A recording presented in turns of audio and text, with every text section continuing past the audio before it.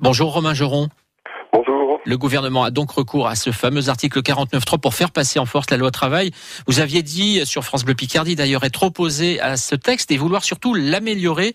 Du coup, il va passer tel quel ? Oui, c'est une déception pour moi, pour plusieurs parlementaires. Nous nous sommes privés du travail parlementaire. Nous avions commencé l'étude du texte, les dépôts d'amendements, et donc là, nous allons être privés de ce travail. Donc c'est une déception, oui.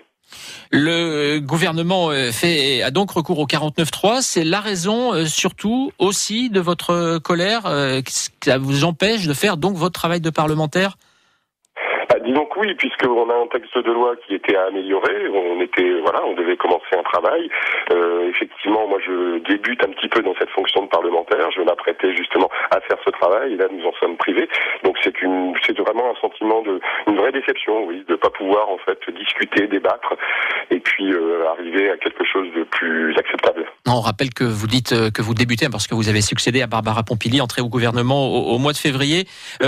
En parlant des débordements qu'il y a eu hier soir, par exemple, à Toulouse, êtes-vous inquiet, sachant qu'à Amiens, il y a un rassemblement prévu ce soir contre la loi travail et surtout maintenant contre le 49.3 ? Je suis effectivement, je pense que les gens sont exaspérés et se rassemblent, mais maintenant, effectivement, s'il y a des débordements, c'est inquiétant. Surtout qu'il s'agit certainement d'une population un petit peu jeune, et donc il serait dommage qu'effectivement qu'il y ait des soucis en marge de ces manifestations. Qu'est-ce que vous avez envie de leur dire à ces jeunes et aux autres ? De continuer à se mobiliser, bien évidemment, mais dans le calme, de façon organisée, et surtout de ne pas faire de débordement, de ne pas faire de casse, et de continuer éventuellement à peser de façon pacifique sur le gouvernement et sur les parlementaires. Si Manuel Valls vous entend, il va vous menacer, comme d'autres socialistes, de vous évincer du Parti socialiste ? Alors, je n'ai jamais subi de menace, ni de la part de Manuel Valls, ni de la part de personne. Donc voilà, j'ai ma conscience. Je suis au Parti socialiste depuis plusieurs années. J'ai pas l'intention de le quitter. Donc je pense pas être menacé. C'est peut-être pas trop les méthodes en ce moment, je pense. Et est-ce que vous êtes prêt à déposer une motion de censure contre le gouvernement, comme le font la droite et les centristes ?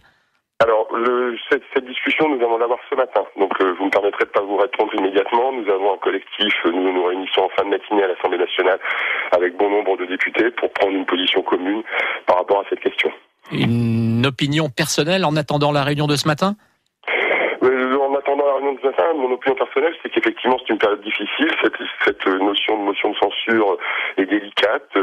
Ça nécessite une réflexion, ça nécessite des discussions ensemble et de prendre une décision collective. Donc, j'hésite énormément, pour être très clair. Romain Geron, le PS plus que jamais divisé avec tout ça, un an de la présidentielle et des législatives, pardon. Ah oui, un PS divisé. On a bien senti une tension entre les parlementaires. J'espère que très rapidement, nous allons revenir à l'apaisement général et de façon à ce qu'on puisse effectivement préparer ces présidentielles et ces législatives sereinement. Merci Romain Geron. Bonne journée.